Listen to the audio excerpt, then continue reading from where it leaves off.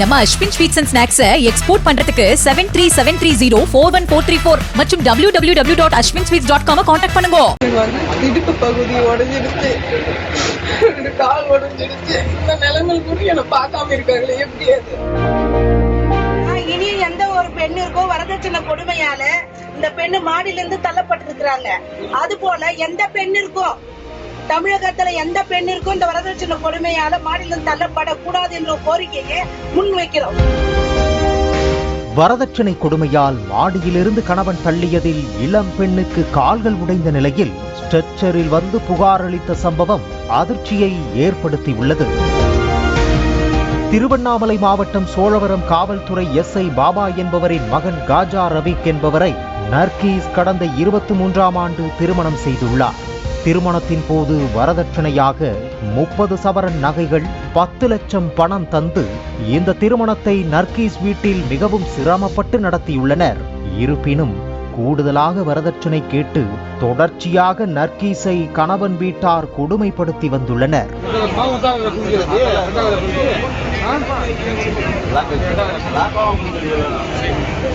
இதனை ஆரம்பத்தில் யாரிடமும் சொல்லாமல் இருந்த நர்கீஸ் ஒரு கட்டத்திற்கு மேல் கொடுமை தாங்காமல் தனது பெற்றோரிடம் தெரிவித்திருக்கிறார்.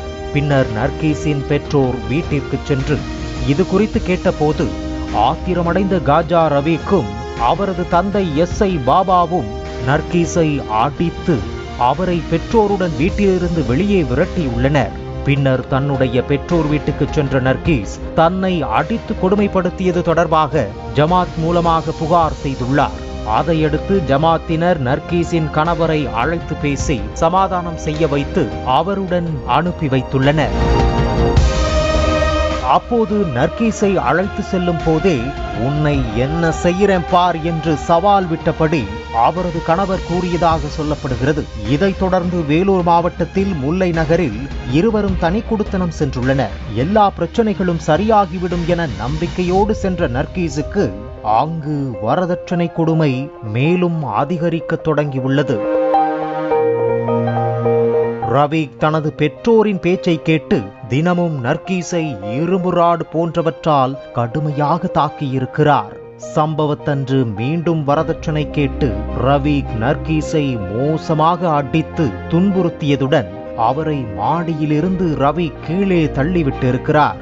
இதில் கீழே விழுந்த நர்கீஸை அருகில் இருந்தவர்கள் காப்பாற்றி மருத்துவமனை அழைத்து சென்றுள்ளனர்.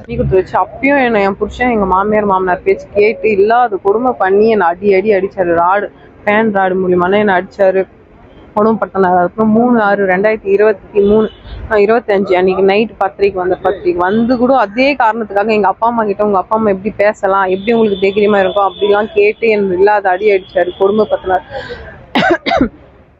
கொடுமைப்படுத்தி அன்னைக்கு நைட்டு இவர் மாடி மேல் போனாலும் நானும் அவர் பின்னாடி போனதெல்லாம் மன்னிப்பு கேட்டு சரிங்க இது மேலே எதுவுமே நடக்காதுங்க என்ன மடிச்சுங்க நான் மன்னிப்பு கேட்டு போயினே இருக்கிறது காரணம். அந்த நேரத்தில் எங்களுடைய மாமனார் எங்கள் லைனில் இருந்தார். SI பாபா ஒரு லைனில் இருந்தார். லைனில் இருக்கும்போது நான் இவகிட்ட வாழ மாட்டேன், இவளை என்ன பண்ணுறதுன்னு கேட்கும்போது அவள் இருக்கிற வரைக்கும் இப்படி தான் நடக்கும், அவள் போனாதான் எல்லாம் சரியாகும்னு சொல்லிட்டு அந்த காரணம் சொல்ல எங்கள் அப்பாவே சொல்லியாச்சு. அதுக்கப்புறம் என்னன்னு சொல்லிட்டு என்னை 3வது மாடி வந்து என்னை தள்ளி விட்டார். தள்ளி விட்டுட்டு கூட அவர் மேலேருந்து பார்த்தாருக்காண்டி எனக்கு ஒரு ரெஸ்பான்ஸாக அவர் கொடுக்காம கீழே வந்து சத்தம் போடலை, யாரையும் கூப்பிடல. ஒரு ஆம்புலன்ஸ்ல அக்கம் பக்கத்தில் இருக்கிறவங்களும் ஆம்புலன்ஸ்ல கூப்பிட்டே என்னை அமிச்சு ஹாஸ்பிட்டலுக்கு வந்து CMC ரத்னகிரியில் CMCல என்னை சேர்த்தாங்க. சேர்த்து அங்கே வந்து எங்கள் மாமனார் என் ஹஸ்பண்ட் அவங்க 2 பேர் தான் உள்ளே வந்தாங்க. உள்ளே வந்து வீட்டில் வந்து எந்த விஷயத்த வெளியே சொல்லக்கூடாது, அங்கே இருக்கிற டாக்டர் மூலியமா எனக்கு தெரிஞ்சு விஷ ஊசி போட்டு ஒன்று சாகடிக்க முடியும், உங்கள் அப்பா அம்மா மேலே வழக்கு நான் பதிவு செய்வேன் அப்படின்னு சொல்லிட்டு என்னை மிரட்டின காரணத்தால் என்னால் யார்கிட்டையும் சொல்ல முடியல, டாக்டர்கிட்டையும் என்னால் சொல்ல முடியல. அந்த நேரத்தில் நான் சொல்லியிருந்தா இதெல்லாம் நடந்திருக்கும், அது என்னுடைய தான். ஆனால் என்னை பயமுத்துனாங்க, அதனால என்னால் சொல்ல முடியாமல் என்னை தவிச்சேன். தனது பெண்ணை கொலை செய்யும் நோக்கில் அவரது கணவர் ரவிக் ஈடுபட்டதை அறிந்த நர்கீஸ் பெற்றோர் அவர் மீதும் அவரது பெற்றோர் மீதும் புகார் அளித்துள்ளனர். ஆனால் தனது மாமனார் SIயாக இருப்பதால் அதிகாரத்தை பயன்படுத்தி தங்களின் புகாரை சரிவர விசாரிக்க விடாமல் காலம் தாழ்த்தி வந்ததாக பாதிக்கப்பட்ட நர்கீஸ் வேதனையுடன் தெரிவித்திருக்கிறார். அரியலூர் காவல் நிலையத்தில் நான் கம்ப்ளைண்ட் கொடுத்தேன். வந்து என்னை வீட்டில் வந்து வாக்குமூலம்லாம் வாங்கிட்டு போனாங்க. அவங்க பேர் வந்து வீரம்மாள். அவங்க வந்து வாங்கிட்டு போனாங்க எஸ்ஐ. அவங்க இன்னொரு ஒரு லேடி வந்து வாங்கிட்டு போனாங்க. வீடியோ எடுத்தாங்க, ஃபோட்டோ பிடிச்சாங்க, பேக் சைடு ஃப்ரண்ட் எல்லாம் ஃபோட்டோ பிடிச்சி வீடியோ எடுத்து போனாங்க. என்னை வந்து அரியலூர் போலீஸ் என்னை வந்து என்கொயரி பண்ணவே இல்லை. ஹாஸ்பிட்டல் வந்து என்னை என்கொயரி பண்ணாமலே அவங்களே போயிட்டாங்க. போயிட்டு ஜஸ்ட் ஃபோன் பேசி இருந்தது ஏதோ ஒன்று சொல்லி நாங்கள் எழுதியிருக்கோம் அந்த மாதிரி சொல்லிட்டாங்கன்னு சொல்லிட்டு சொன்னாங்க. அதுக்கப்புறம் ஒரு வீடியோ எடுத்துன்னு போனாங்க.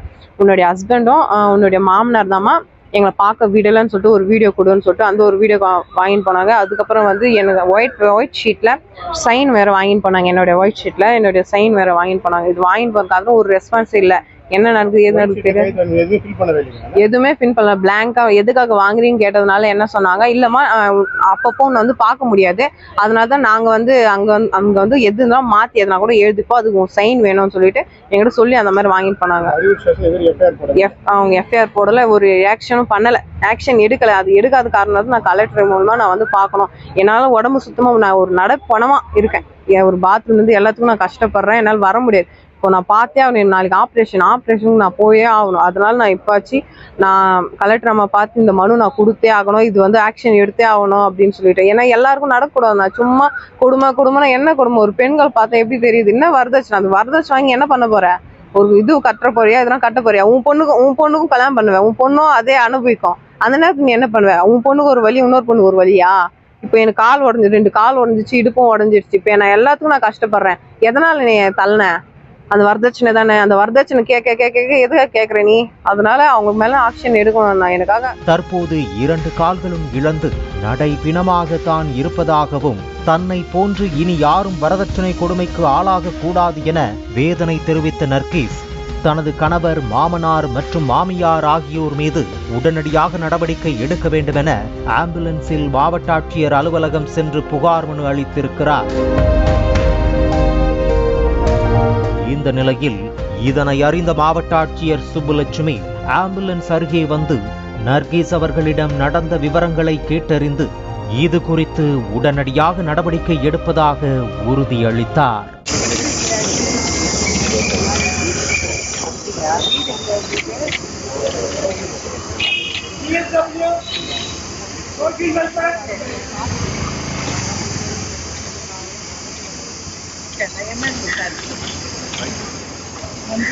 நம்ம அஸ்வின் ஸ்வீட்ஸ் அண்ட் ஸ்நாக்ஸை எக்ஸ்போர்ட் பண்றதுக்கு 7373041434 மற்றும் www.ashwinsweets.com கான்டாக்ட் பண்ணுங்க. பிளே ஸ்டோர் மற்றும் ஆப் ஸ்டோரில் இருந்து பாலிமர் செயலியை QR கோடு மூலம் பதிவிறக்கம் செய்யுங்கள். செய்திகளை உடனுக்குடன் பெறுங்கள்.